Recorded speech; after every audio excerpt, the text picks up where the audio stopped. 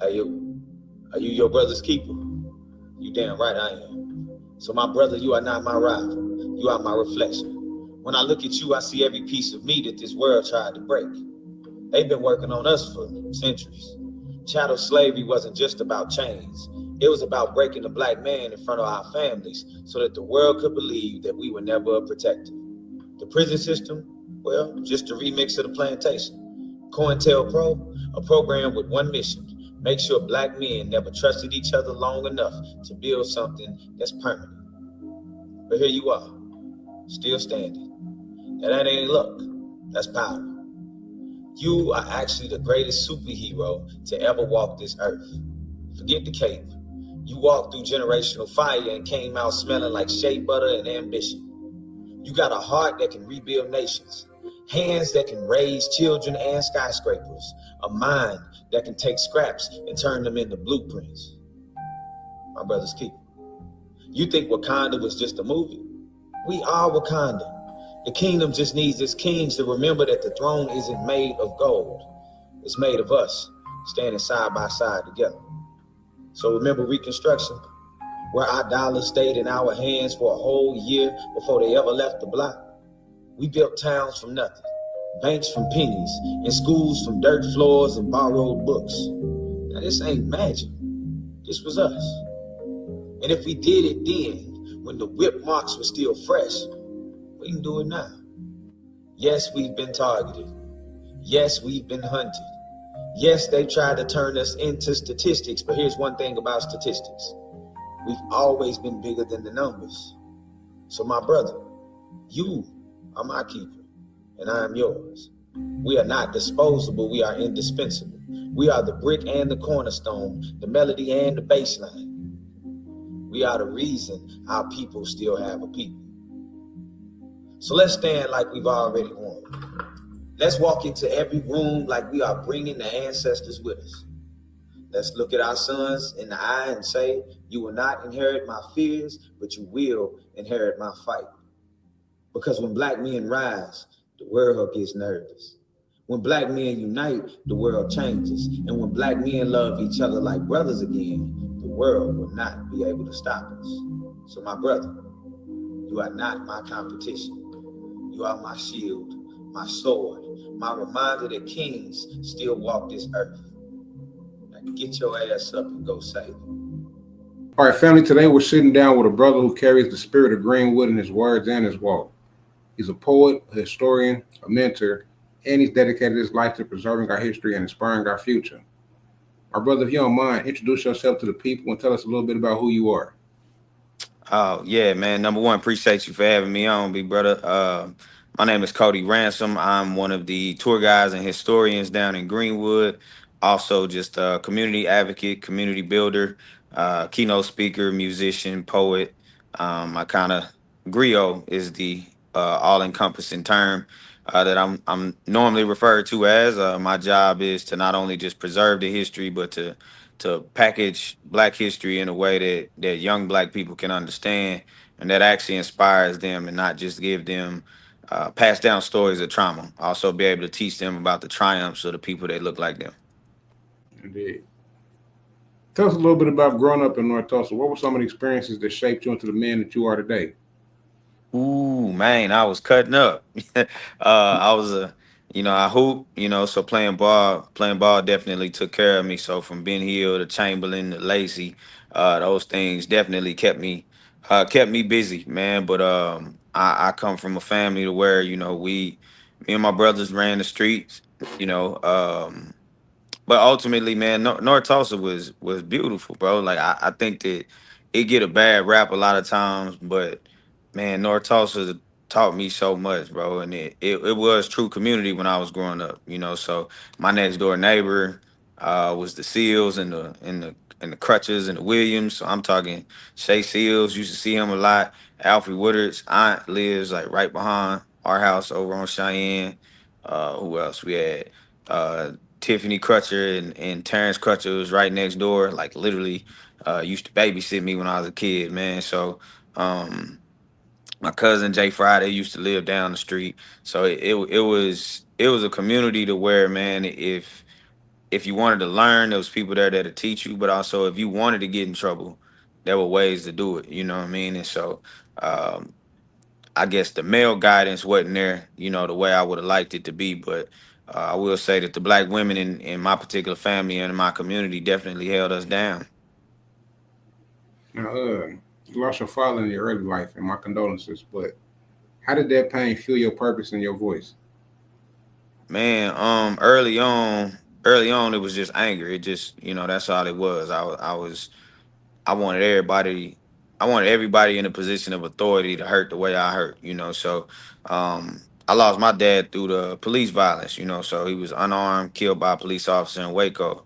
So for me, it was that was also hard because, like I said, my next door neighbor, some of their family was officers, was cops. You know what I'm saying? They were black, but I hated police. But it what I didn't realize was when I was younger, man, is it set up a unique situation for me to where I experienced loss so early. And I had a story that was different so early that as I grew up, I was a little more conscious of what was happening around me because I came from a background like that. So, when we lost Terrence, um, to police violence and police murder, I knew what they felt. I knew what his kids was gonna feel like. I knew what it was gonna be like. And so just that insight also made me a lot more sensitive. So before the movement really went, on social media, before it ended up online a lot, I also used to have to remind myself to be I guess be thankful, bro, because my dad's murder wasn't on video for me to replay. And that's one thing that I don't think a lot of people understood when they share stuff like that. That at That some pain. point, yeah, that pain, because it is at some point people find a way to cope and a way to deal, and then just scrolling social media, they see it all over again. So that can kick them right back into that spiral. So I just think that it made me a lot more sensitive. But yeah, for a long time, bro, I didn't like nobody who had. If you had a daddy in your life, I was mad at you because I felt like I was supposed to have mine, and mine got taken. So that jealousy, as a kid, you don't see it that way, but as an adult, that's definitely what we was dealing with. And see, I didn't know that. You know what I mean? So again, my condolences. Yeah. See, that's a whole nother subject as far as police brutality. So I ain't even gonna get into that because that's a touchy subject. But I've lost two of my friends here in Tulsa to TPD, both unarmed. You know what I'm saying? So we know Tulsa police aren't the best, but I ain't even gonna speak on that. Yeah. But Yeah. at what point did you realize that history and storytelling weren't just interests for you? You know what I'm saying? That was your calling. Ooh, I think, so I started doing music when I was like 12, man. I was rapping. So it used to be, everybody wanted to rap like Lil Wayne, man, just kick out bars and metaphors. And I was real big on Houston music back then. So I was listening to the early Chameleonaire, Paul Wall, UGK, Mm-hmm. Zero, Devin the Dude. And out of all those people, man, I always liked Chameleonaire more, as a kid. Mm-hmm. And I could do the catchy punchlines and all that different stuff, but I noticed freestyling in the lunchroom, I was the one that could kind of craft a story or keep a storyline with my freestyles versus it just being random. And I started realizing like, wait, I can really, you could really captivate people if you could tell the right story with this. So then I did music where it was just random bars, but when I started actually writing stories is when I saw like number one, it was a lane not a lot of people were in, but number Mm-hmm. two, it was the most natural way for me to rap. So um I redid Tupac's Brenda's Got a Baby. I I remember that. did Yeah, I did a song about Terrence Crutcher's murder. I did that. And so when I was already kind of doing it, but those two things kind of let me know like, okay, yeah, this your pocket. And then even in the music realm, being got like I said, I started working with majors and with different labels when I was about 13, 14 years old. So it's I started noticing like, man, because this separates it, this is an easier path. It ain't as much traffic over here. Mm-hmm. Everybody chasing a certain type of rap, but I could write something else. And it became conflicting, at some point in time because it was like, well, we live in a certain way. We living in the streets, we running around doing all that, but then I really want to write stories, but I can't really do that if I'm out here cutting up. So Hmm. that's when that decision was just kind of made that, you know, the healing that comes from a good story, you know, our people need that more than they need me talking about how many women I'm gonna get, how much money I'm spending. So I just kind of went towards that, and then from there it's just I've always been a reader and a history buff, man. So like I always like to learn anywhere that I'm at. I want to learn about the culture. I want to learn about whatever city, state. Like I don't ride past a street without thinking who is this street named after. So it is I was like, oh, okay, well then, maybe I can take this information I'm learning and package it into poetry or package it into music, spoken word, or just keynote speaking, and maybe Hmm. that'll help. People that aren't necessarily interested in reading, maybe that'll help them still be able to get that history lesson. Right, right, right. Now, I know you mentioned it, but I want to get some more highlight to it. You know what I'm saying? You're known as the Greenwood Griot. Can you explain what a griot means to you and why you embrace that role? Yeah, so a griot is a West African storyteller. Their purpose and job is to, number one, protect the history of their people, but also be able to craft and tell that story through various forms of art. So that's painting, drum, music, poetry, like song. It could be dance, any style of art. And so, man, I embrace that role because being down in Greenwood, bro, like I was around people who had names, and Hmm. and I didn't have a name, and it was partially because I wasn't, yeah, I was just doing tours because I knew the stuff and people were here, so I didn't really look at it as a business venture or anything like that. It was just like I'm talking to family when black people come in town, right? So Hmm. I was with my brother Tony. I started calling him Greenwood, so that's where he got the name Greenwood Williams. But I was calling him Greenwood because he was born and raised on Greenwood. So I'm like, well, shit, nobody had the name Greenwood but him then, since he was born and raised over here. I was on Cheyenne, he was on Greenwood, right? Hmm. And then from there, we got Terry Backus, another one of the tour guides and historians here, but they call him the mayor. So he the mayor of Greenwood. So then after a while, people just started asking, like, bro, what's your title? What's your name? What you? And I'm like, man, I'm just, I'm just Cody. I don't Yeah. know.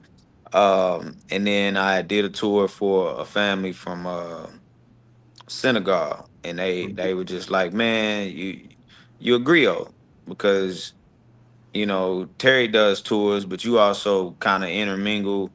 I flirt with music and poetry during my tours. Like, I use different forms of art and songs and stuff like that to help kind of bring the story, make it a little more cohesive for people and immersive. And so, once they told me that, I was just like, you know what, yeah, yeah, you're right. And so, yeah, Greenwood Griot just kind of grew from there, and then I started teaching people how to craft their own stories, how to write their own stories, tell their own stories. And so it's like, the goal now is just build other griots, let people be the griot of their own story instead of me carrying everybody's story. How about I just, give them the tools to be able to tell their own. Now, when people join your Greenwood tours, what do you hope they carry with them when they leave? Ooh, a few things, man. The number one thing is the Greenwood spirit, the fact that after that massacre, they burned 197 businesses, 1,256 homes, and black people still rebuilt. We didn't pack up and leave. We didn't run away and tuck tail. The remaining buildings in Greenwood are a testament to the fact that black people didn't leave. Because you see the years of 1922, 1923, like 1925, 1926. You see that, like, nah, these people didn't just give up when this was over. But then also them seeing that at a point in time it was a priority for black people to work together. So again, I use stories to teach, and so there's a story I learned from an elder, actually, this gentleman up here, Bobby Eaton Sr. Mhm. um he taught me this story, man, and when he told me this story, I made sure that from that point on, every tourist I ever touched get that story. And it's a story that says that black people used to be bees. We used to operate like bees. And then all of a sudden we became flies. And so the story was there's an old enslaved man named John, and John's job is to drive the buggy that takes Master to town. So when Mm-hmm. John's driving the buggy, he notices that there's a fly that keeps picking at his horse's ear. So he grabs his whip off the side of the buggy and he killed a fly. And Master kind of fold his arms and he say, "Man, John, you surely is good with that whip." And John says, "Yeah, Master, I reckon I can hit just about anything with this whip." And Master says, "You can hit anything." And he said, "Oh, well, I ain't gonna hit you, boss, but I bet you I can hit anything else." And Master just kind of nods. He said, "Okay, John, let's keep going." So as they keep going, John stopped the buggy. Master tells him to stop. And Master says, "John, how long you been working for me?" John says, "Well, I'm 22. So I reckon I've been working for you for about 22 years. He said, "Well, then I'm willing to bet you your freedom that you can't hit that one bee from right here." So John looks at the bee and he says, "Well, Master, looks like I was gonna be a slave for the rest of my days because I don't hit them." And Master says, "Well, why not?" He said, "Well, them's organized." And so the story is you'll kill a fly because there's no threat of retribution from other flies. Mm-hmm. Flies don't protect each other. Flies don't have a community. Flies are completely self-serving. If you place honey and a dead carcass on the same table, the flies will go for the dead carcass. But flies don't take care of their own kids. They don't feed their kids. They don't do any of that. But a fly also lives a maximum of 3 weeks. Then you have a bee. What would have happened if John would have struck that bee? Yeah, he got That stung. A swarm he of got a bees. whole hive. Now, Yeah. did you know that bees are aware that if they sting you, they die.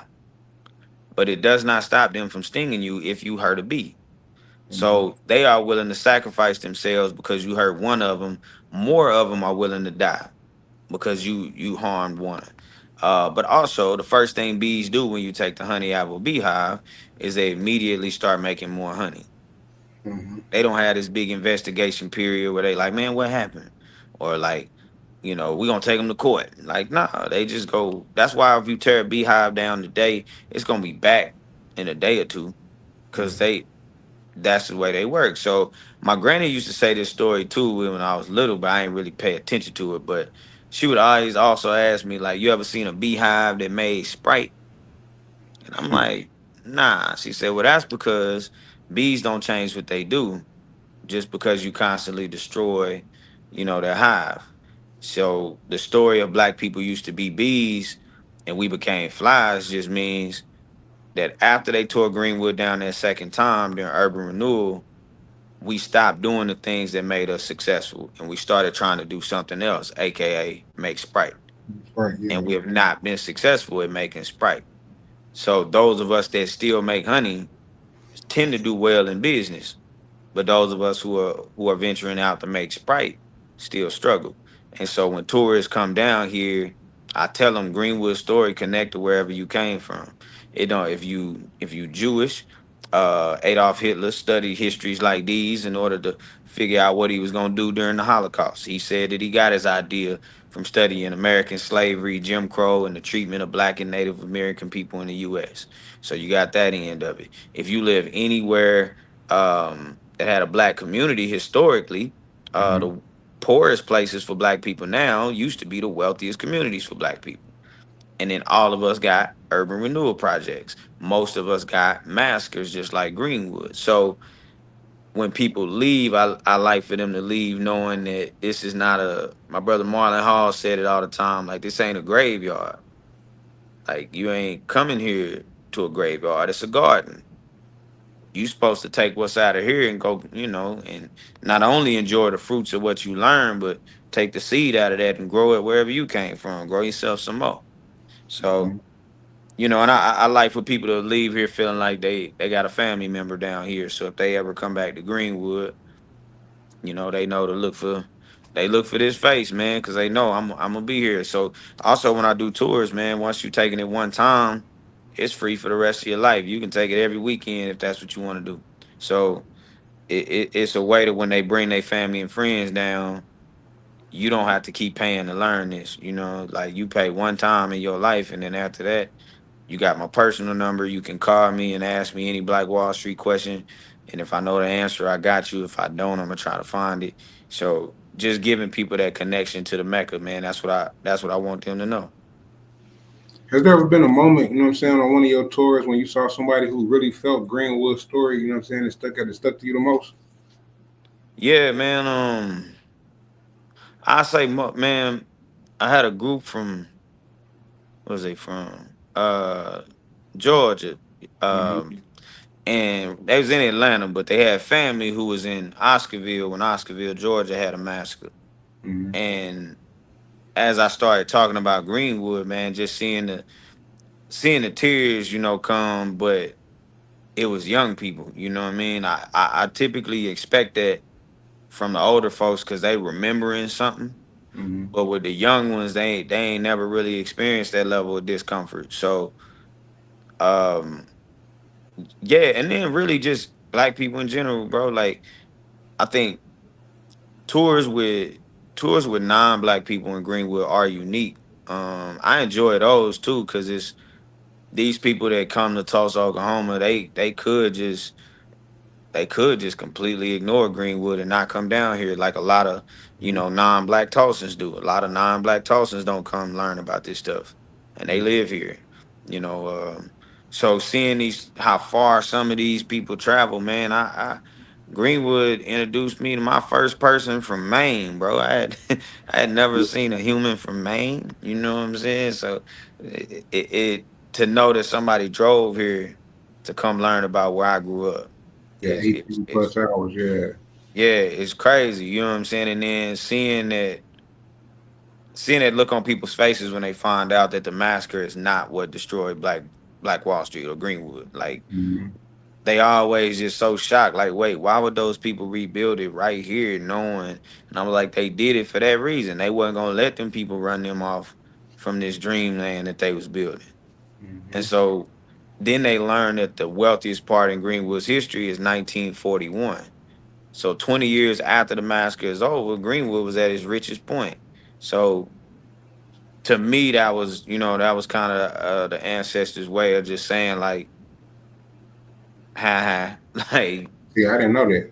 yeah, So it got the name Black Wall Street before the massacre, but it was at its wealthiest point 20 years after. So I think those are the things that stand out to me the most, man. Just seeing that people don't leave here feeling broken, man. They leave Greenwood feeling inspired and they go home and some of them even start businesses using Greenwood's name or whatever, but they take Greenwood home as an inspiration, not a story of death. Right, right, right, right. Now, like, you don't just share history, you know what I mean? You bring it alive in your poetry. You know what Yeah. I mean? Like your visuals and your music. Why is art so important? Why do you think art is such an important tool when you're teaching this truth? I think because for longer in history than not, artists were the history teachers. Mm-hmm. Art was always the teacher. You want to know the tale of a people, you listen to the music of their time. If you want to know the conditions of a people, you look at the paintings, you look at the art from the time period that they come from. And so I'm a person that I'm visionary. So I can read a book, but I'm also dyslexic. So when I read a book, I'm gonna have to read I gotta read some of these lines a few times just to make sure I'm really seeing what I'm seeing. Yeah. But when I'm looking at art, I don't have that, I don't have to do that 2, 3 time look over. Mm-hmm. I could just look at art and it has just as many words to me as a book. Right. So, I think just implementing that for people that are like me, and then also art tends to be beautiful. Things that are beautiful tend to make us a little more open to receiving the information if it feels beautiful. Even painful art still is beautiful. Like I listen to, I mean, the most recent song was probably Friday and Meek Mill, Mm-hmm. Proud of Me. Like I listened to that and it was painful, but it was beautiful. So Right. because it was beautiful, I could keep replaying it.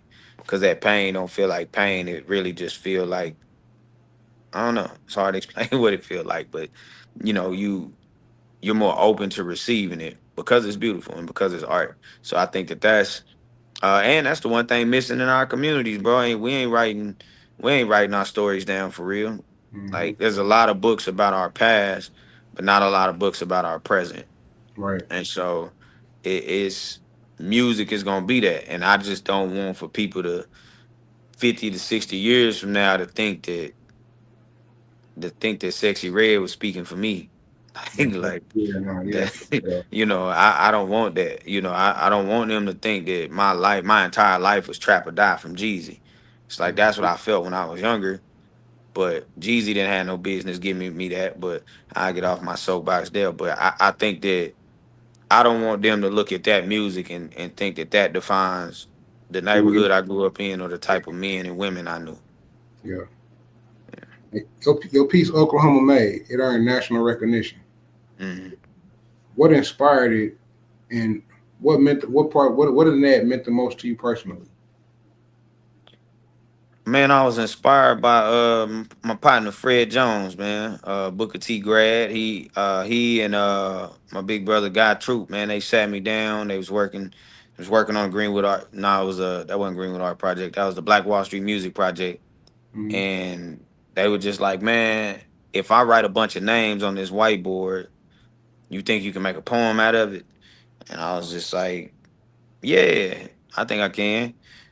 And so, yeah, I wrote it in a day and recorded it, I think the next day, and it was really just a reminder to myself that, like, man, dope people come out of Oklahoma. Growing up, like, you kind of be in the feeling like ain't nothing in Oklahoma. Don't nobody make it out of here. We ain't never had nothing. And then I couldn't even fit everybody I wanted to fit into there. Like I could have mentioned Baz Reeves and Bill Pickett and Mm-hmm. Cherokee Bill and there's so many black people I left out. Um and there's just so many people in general from Oklahoma that I left out. You know what I'm saying? That are, key pieces in history, not just in Oklahoma, but in the entire United States. Right. And so yeah, for that to get a Hollywood music and media nomination, I was like, man, that's dope because that's not what I wrote it to do initially. Sometimes I write stuff because I know, like, okay, this one we trying to go for a Grammy nomination with this one, or I'm trying to get a Hollywood Music Award with this one. But that was just, man, let me pay homage to the people from Oklahoma, and then AR Adrian Robbins, he did the beat on it. So yeah, and that's somebody I've been wanting to work with for a long time anyway. So yeah, I just think that it came together organically. I got to do it with some people that I cared about, and so that was the most impactful part for me for sure. Would you say you're not only preserving history, but you're also rebuilding it through your art? Yeah, man, I was actually just having a conversation, with my lady, and she said to me like, have you ever really thought about what people are going to say about this time period or about you in this time period 50 years from now, right? Mm-hmm. And like it don't seem like history because you're just doing it. You in the moment, you living it. It's the present. But this stuff is, and rather it's the Hollywood music war that stuff is cool, but it's more of, bro, I see young people every day that I worked with when they was younger or any of that, and they coming back and telling me stuff that I did 10, 15 years ago that I don't remember. You know what I'm saying? And then I Mm-hmm. mention it. Then it's like, yeah, we did do that. Like, so in their history books, I'm alive. You know what I mean? So that I think that's the dopest part, bro. And I get to do it, a lot of it right here on Greenwood, right on Black Wall Street. Whereas outside of my window, I'm looking at the last of the historic buildings. I'm seeing how many people come here to learn about us, bro. And to be able to etch my name anywhere, man, even if it's a tiny footnote at the very back of the book, man, it's you in there, and you in there for you're not in there because you took from people. You in there because you gave something Mm-hmm. and that to me, bro, was my ultimate goal, man. Like I just wanted to be able to give something to this block, cause man, I don't know whether I tell people this, whether you believe in God, Jesus, Muhammad, Allah, whoever. Somebody took care of me down here in Greenwood. I could say that, because when I first came back down here, bro, I didn't know what I was gonna do, and then doors just started opening. I didn't know that this was my calling or my even my passion, bro. I didn't know none of that. Yeah. So, it was there. I took the opportunity, and then I took the lumps that came with that opportunity. And then eventually, you know, once you break through the ceiling, man, you got the whole sky to play with. Like many people always talk about the destruction of Greenwood in 1921, but it's not enough talk about how it was rebuilt. I don't even hear people talk about 1906. You only hear people talking about the beginning. You know what I mean? Mm-hmm. Why do you think rebuilding is so important to remember? Because we Or is just as important, pretty much the same thing? yeah, because we have people had this view of us as broken people. And I don't agree with that view, but for people who do, then the story of the rebuild is meant to be put in your face to let you know that broken people can be rebuilt.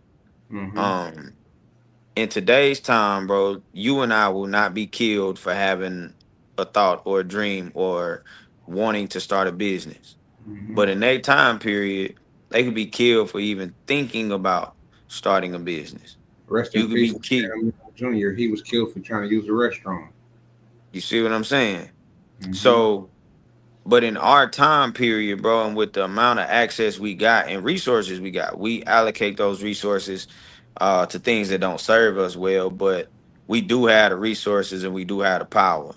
And so I think that learning about that rebuild helps reignite that fire in the people to say, man, look, if you was like me and you was running around in the streets, or you just wasn't paying attention, wasn't listening to your mama or your daddy or your grandma or whatever it is you were doing, there is another chapter in life.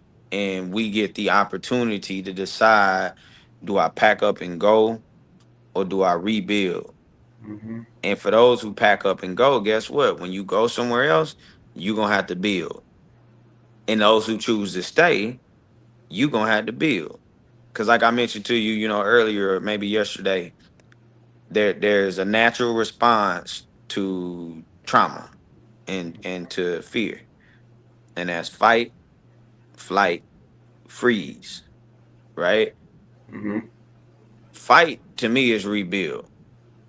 Flight is you leaving. But freezing is the most deadly and detrimental thing that we could ever do. You ever seen a fainting goat before? You ever seen a video of one of them? No. Like a fainting goat is this goat, man. When you scared, it freeze up and it just fall over and play dead. Whole body locked up, it just look dead. Now that's a defense mechanism. When predators see it do that, the predators stop. Like, wait, what just happened? What's going on? You would think the predator would be like, "Ooh, easy meal," but they like, something must be wrong with it if it do that. Mm-hmm. And sometimes the predator just leave, and then in a few moments, man, that thing go shake back, get back up, get back to work. So even that freezing is unnatural in nature, to where when nature sees it, nature don't know how to react to it. So you can't succeed or fail if you freeze. You just gonna be stuck. And from the rebuild of Greenwood to urban renewal, we were thriving. But urban renewal was that next shock that we got. And we froze. And we've been froze since the late 50s, early 60s.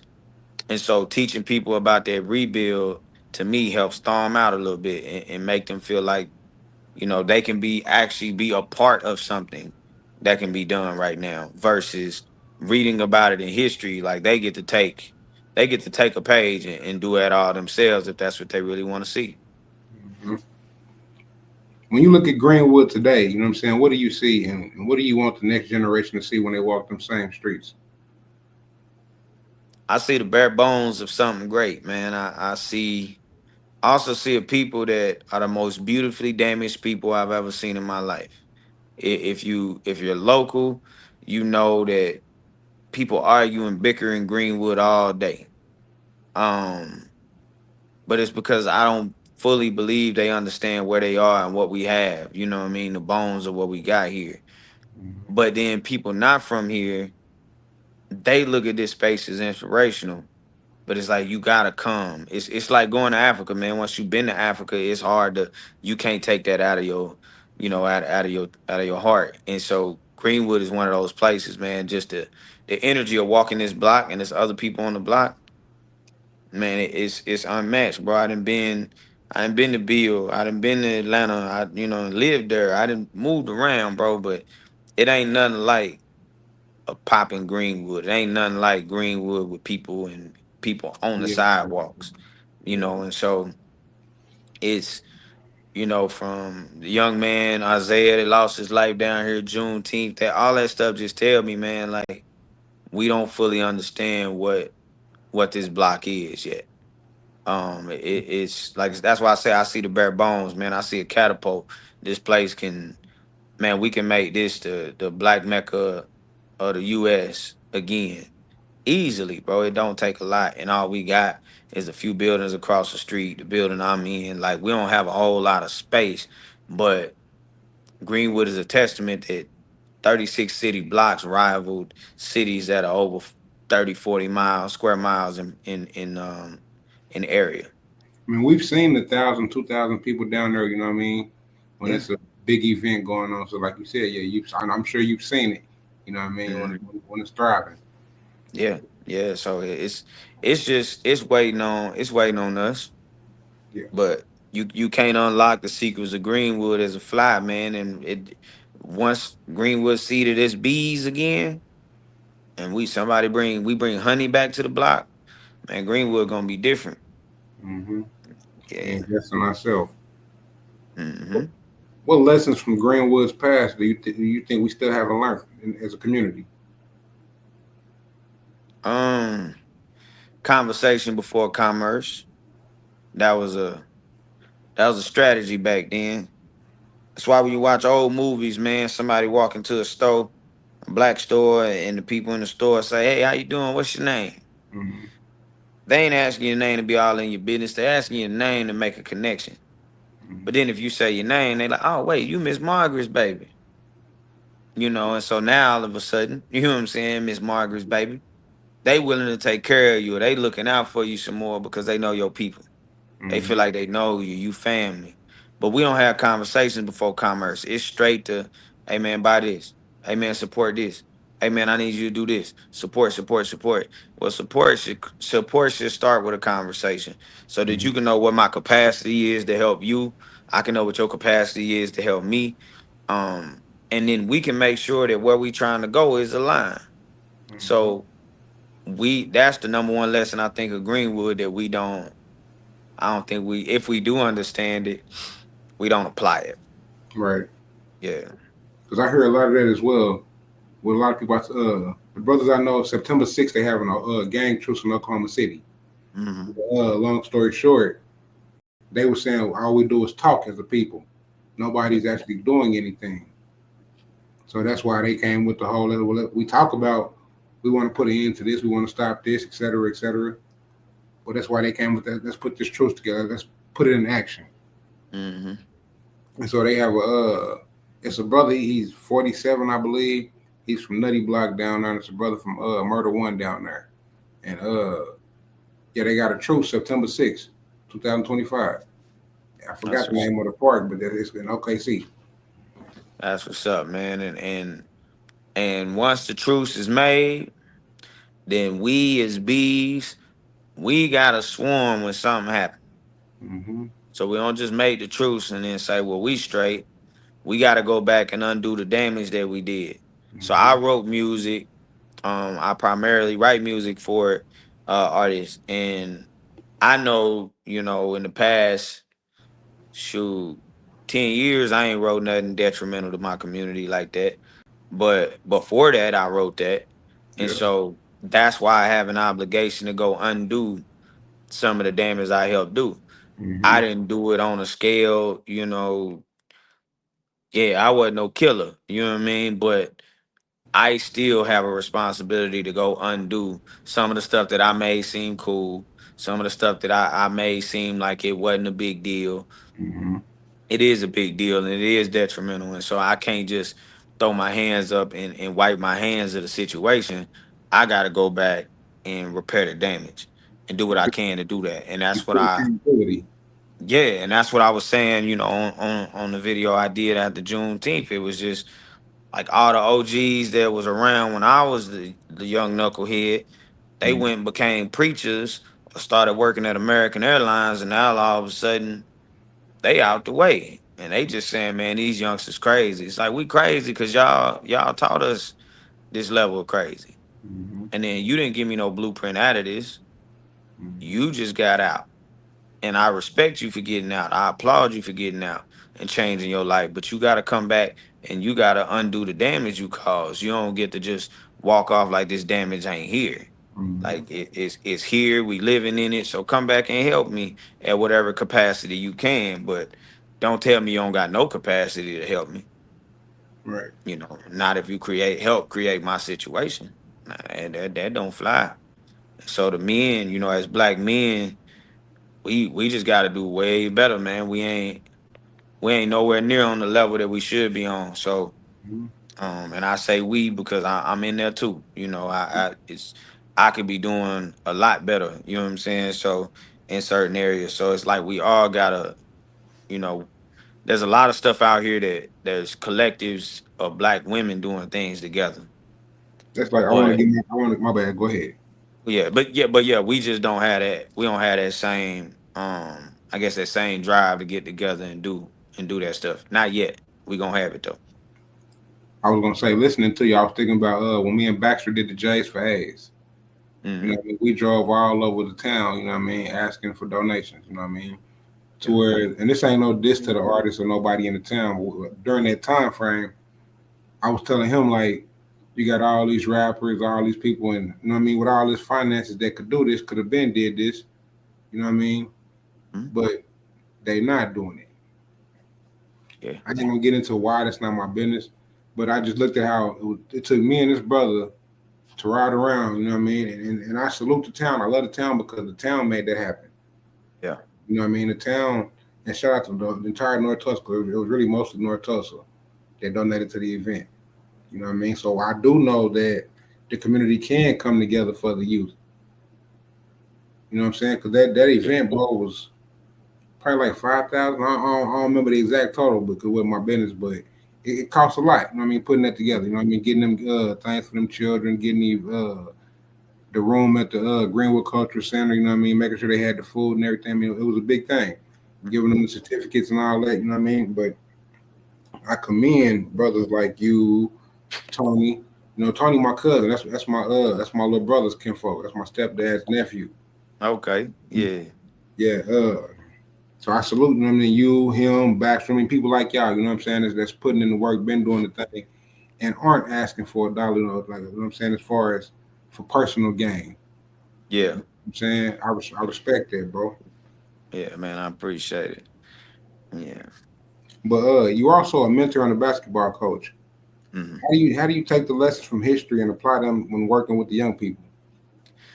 So what we do, my boys can hoop, man. They're sophomores in high school now, man. I've been with most of them since they were in second grade. So um it's not just basketball. Like any city we go to, we find whatever Black History Museum, whatever Black history is in that area, we go to it. Mm-hmm. And because of that, we've been able to, just number one, grow together, but number two, I've been able to provide something for them that don't look like home. You know what I'm saying? So they learn not knowing that they learning. We put stuff together. We do so when we're doing our practices, I'm constantly talking to them about finances, about how they respond to disrespect, about how they carry themselves, what they posting online. But I also show them like, man, this. knowing something helps. Knowing something is gonna propel you. If you don't know nothing, you finna struggle. So it's up to you to decide like what is it that you want to learn. History might not be your thing, but you're not gonna ever tell me you didn't know. Like I don't take that as an excuse. So it's not that I don't know. It's you made an informed decision to do what you did. So based on history, this is what traditionally happens with this. So same with, just them athletically. I tell them like, man, look, if you under 6'4", the chances of you going to the league are slim to none.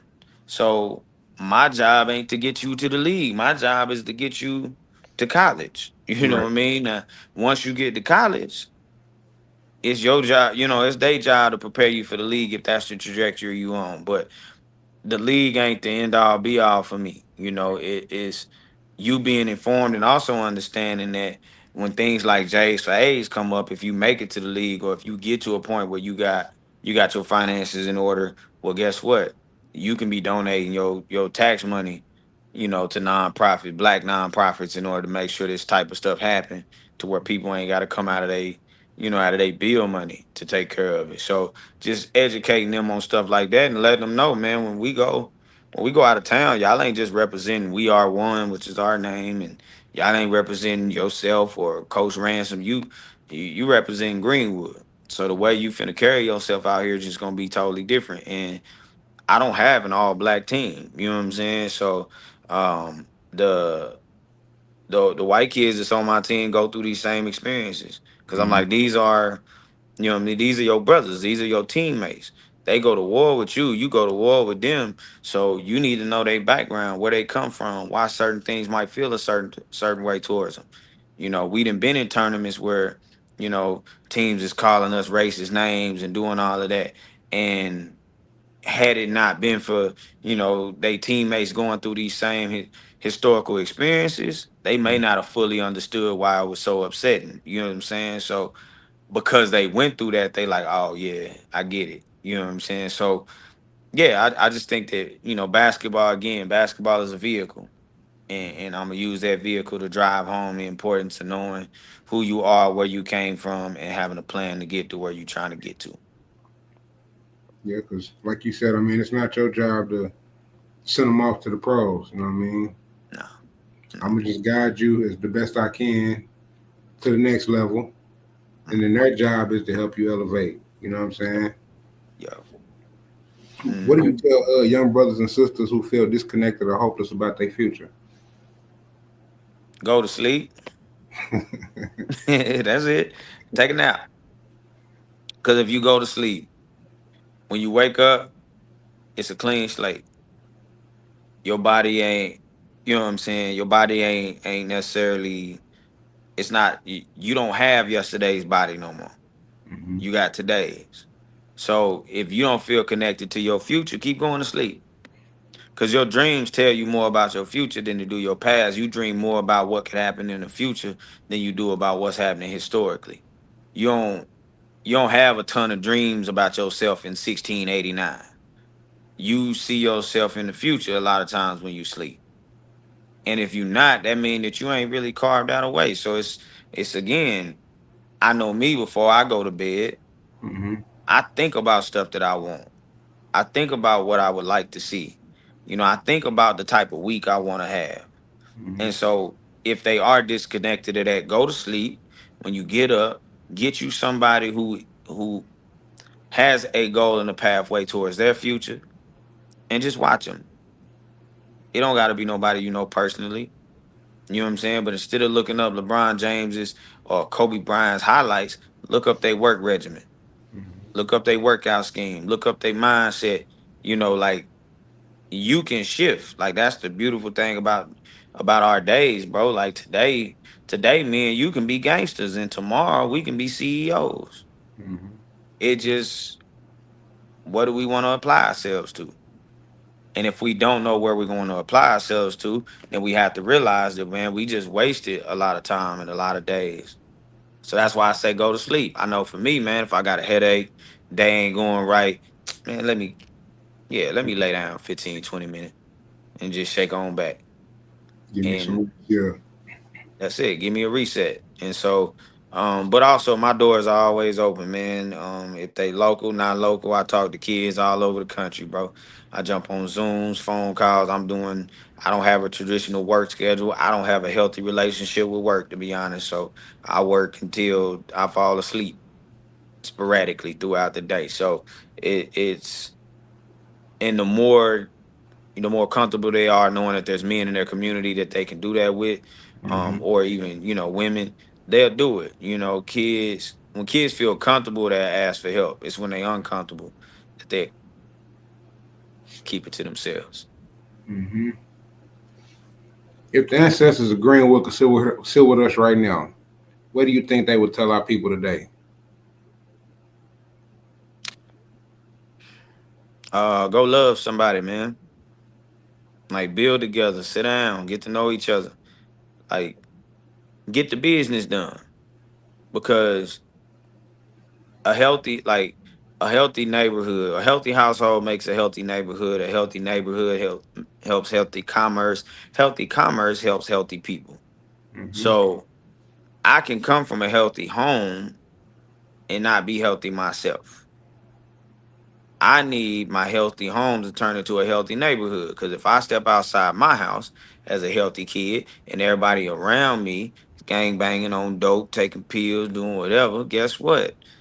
Even though I come from a healthy household, that household ain't isolated on this earth. I'm now dealing with an unhealthy neighborhood. So if Hmm. I heal that neighborhood, guess what? That neighborhood is gonna turn into a commercial district and a commercial neighborhood. So now we getting money. And so now if we get money, guess what? I can eat better, I can stress less, I can shop with my people, and all of that comes right back to take care of my healthy home. So I think that they would just tell us like, yeah, get back together, and build with each other. That those people, some people would say it was out of necessity, but also black people loved each other back then. The way they greeted each other, the way they looked at each other, the way they carried themselves. If the woman of the house was sick, then the other women in the neighborhood cooked the meals so that she didn't have to worry about it while she was sick. Like all these different things was happening back then. But now it's just hope you get better through text message. It's like, not did you eat? Are you Hmm. okay? How you feeling? You need something. So I think that's the number one thing they'll tell us is get back to loving each other for real, for real. I got two more questions before we wrap this thing up. Mhm. When people hear the name Kode Ransom years from now, how do you want them to remember you? Mm. Dang, bro, I be knowing to answer the questions, but that one that one tough. Man, just that I gave it all I can give it. I ain't cheat nobody. I ain't cheat the system, man. I worked my tail off. I put the work in. I sacrificed. I dedicated, and I didn't do any of it for them to remember me in the future. I did it so that the people around me actually have one. Like I truly want black people in this specific city and ultimately black people in America. I want us to finally win. I don't want to be a part of a generation that stays stagnant or that declined. I want to be a part of whatever it is that gets us on the trajectory to going up. Because again, my kids got to grow up in the world that I'm gonna leave behind. So, um, yeah, I just hope they talk about that. I gave it my all, man. I ain't leave nothing on the table, man. That when I die empty. That would be it. That's right. All right, so my last question, brother, and I want to say thank you again, you know what I mean, for sitting down with me on my platform. For sure, for sure. But for everybody tuned in right now, what's your one powerful message you want them to walk away with? Mm. People in your life will fall into one of three categories: people you build with, people you build for, people you learn from.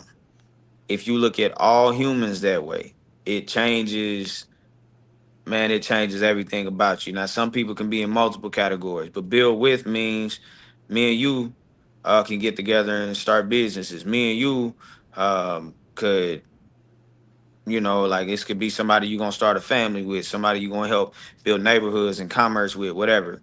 The build for, those are the people that you represent, the people that are looking up to you, or just the people that are dependent on you being successful. So that could be your kids, that could be future generations that are you gotta break the barrier for them to be able to reach their full potential. And then the people that you learn from are people that as you start to build, you need a mentor. You need people that you can lean on, but also you need people that disagree with you. If you're around people that always agree with you, you in the wrong circle.